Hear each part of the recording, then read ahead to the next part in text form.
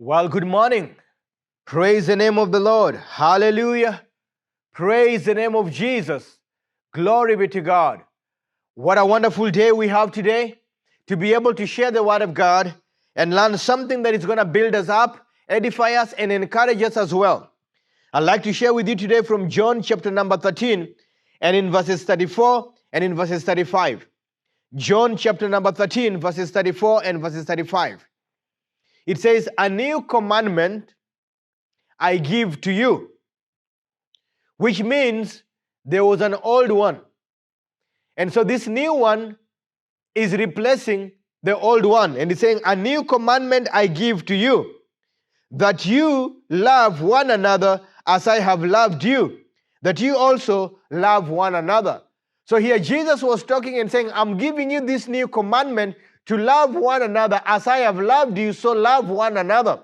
In other words, the way I am supposed to love you and the way you're supposed to love me is the way Jesus Christ has loved us.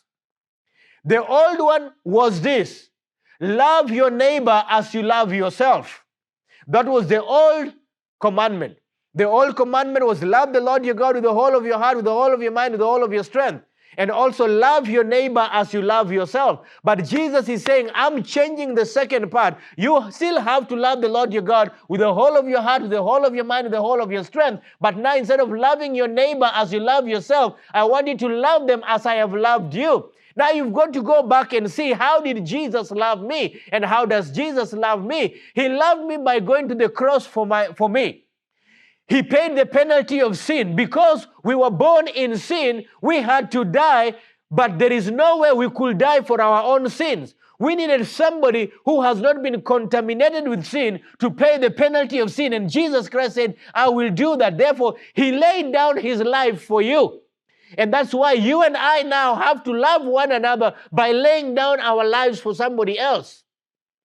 You may not feel like it. Jesus Himself said that, "Lord, not my will, but your will be done." In other words, He's saying, if it is possible, let this cup pass us by. In other words, in the flesh, I don't want it. But because of your will and because of your love that you have for humanity, I'm willing to lay down my life. Therefore, the love that you have towards me and the love that I have towards you and the love that we need to have towards one another is by laying down our lives for one another. That is the love of Christ for us. And so He's telling us, we need to do this. Now, who is He speaking to?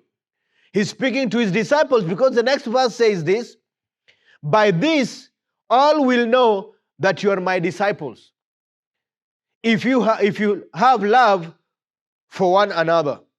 So He was talking to His disciples, and then He's saying that if you're going to be my disciples, a disciple is simply a student.